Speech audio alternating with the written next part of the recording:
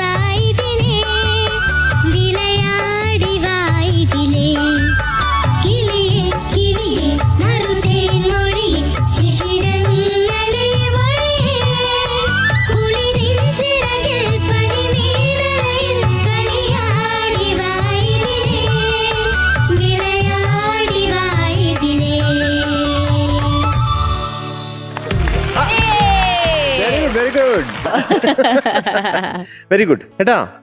Nice. Esther കുട്ടിയുടെ mark അറിയണ്ടേ നമുക്ക്? അപ്പൊ നമ്മുടെ പാട്ടുകാരി കിളിക്കുട്ടിക്ക് എത്രയാണ് mark? 97. Yes. Yes. 97 out of 100 for Esther കുട്ടി.